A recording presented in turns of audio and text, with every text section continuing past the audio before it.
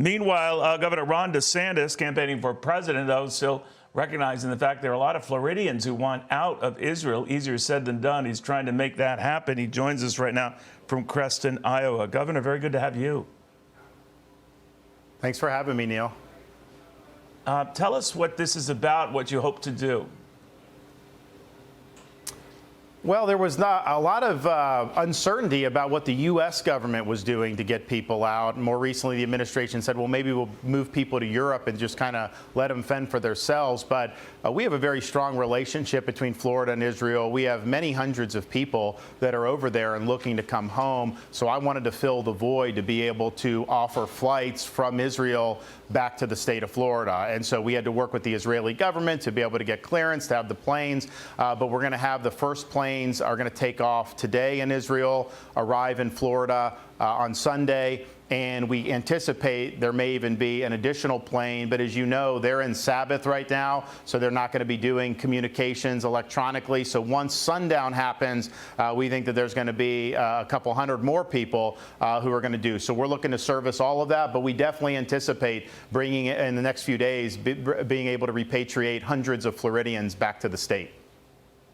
I assume these are chartered planes under you, the state. How can you explain how that works? Because all commercial traffic, a variety of things. So is stopped. Right. Go ahead.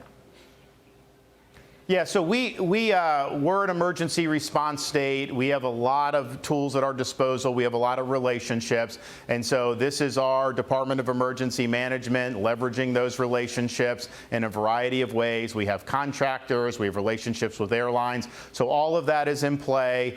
Some of it is about what aircraft can access the airport in Israel. Some of it may be smaller aircrafts going nearby and then taking a larger plane there. So all of that's happening. But this is just, I think, part of the good thing about being a Floridian is this is stuff that we're locked and loaded for. We never know what's going to happen, but we do have a lot of resources at our disposal and a lot of know-how. So we're putting that into practice in a time that's very difficult for a lot of people in our state.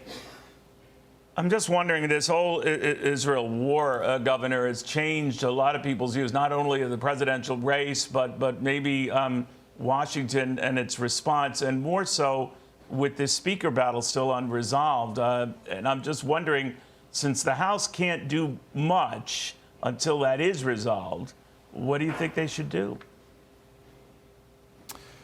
Well, one, they got to get their act together. I mean, I saw Jim Jordan won the nomination. Hopefully he'll be able to be speaker. I think he's a great guy. I think he's a great conservative. But the more this drags on, it just adds to this sense that these guys just can't shoot straight. They're running around like chickens with their head cut off. There's all kind of drama and palace intrigue, but there's not really results that are being delivered. And that's not how we do business in Florida. I mean, our view is we've got to get the people's business done. I don't have time for all the other stuff. No political empty calories. They got to start following that model because it's, and this is an issue, of course. I think Israel is, they've got great defense. We have a longstanding security relationship with them. We'll continue that and be supportive going forward. But I think the larger issue is there's a lot of problems in our country, period. And none of the problems are being addressed. And when you can't even do a speaker, that doesn't inspire a lot of confidence amongst the American people. Meanwhile, your opponent, Donald Trump, has said when it comes to this Israeli conflict, he is the only person who could protect Israel and the only one who will. What do you think of that? Well, that's not true. I mean, I have a long-standing record of strong support for Israel. Florida and Israel have had a tremendous relationship during the time I've been governor. When I was in Congress, I was a leader. And all these issues about moving the embassy to Jerusalem, we were putting the pressure on back in the day. We did things like urge the president to recognize sovereignty over the Golan Heights. We've actually fought against the funding that the UN has sent under this UNRWA to places like Gaza, because when you send money there, it ends up going into the coffers of Hamas. We're actually very strong about Iran's sanctions. Tighten up those sanctions.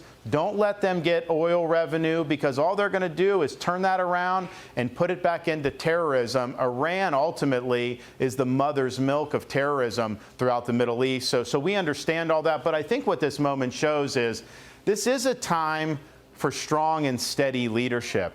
This is not a time to be distracted. This is not a time to get awash in a soap opera or all the drama that we've seen so often in recent years. We need a president who's going to be there, who's going to be focused and disciplined on the people's issues and not be distracted by a lot of this other stuff. And I've proven an ability to do that. When you say the soap opera and I understand the soap opera and drama, are you saying that is Donald Trump? I mean, he has praised Hezbollah, saying they're very smart. Amongst others, yeah. I mean, I think, Israel, he slammed Benjamin Netanyahu. How do you feel about those comments? So with the Bibi, attacking Bibi was a huge mistake. And he harbors resentment to Bibi because Bibi congratulated Biden after the 2020 election. So it was personal for him to come out and take shots at Bibi just days after Israel had suffered the worst terrorist attack in its history. A leader should rise above that. Even if you have personal grievances, rise above that, show solidarity, and do what's best for the overall effort.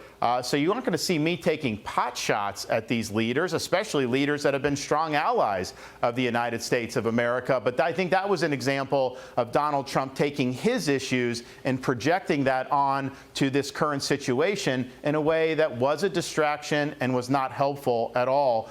As a president, you've got to be willing to let a lot of that stuff go under the bridge. You can't respond to everything you perceive as a personal slight. You got to rise above that. You got to look higher, and you got to focus on what's best for the American people. Governor DeSantis, thank you very much. I'm Steve Doocy. I'm Brian Kilmeade. And I'm Ainsley Earhart. And click here to subscribe to the Fox News YouTube page to catch our hottest interviews and most compelling analysis.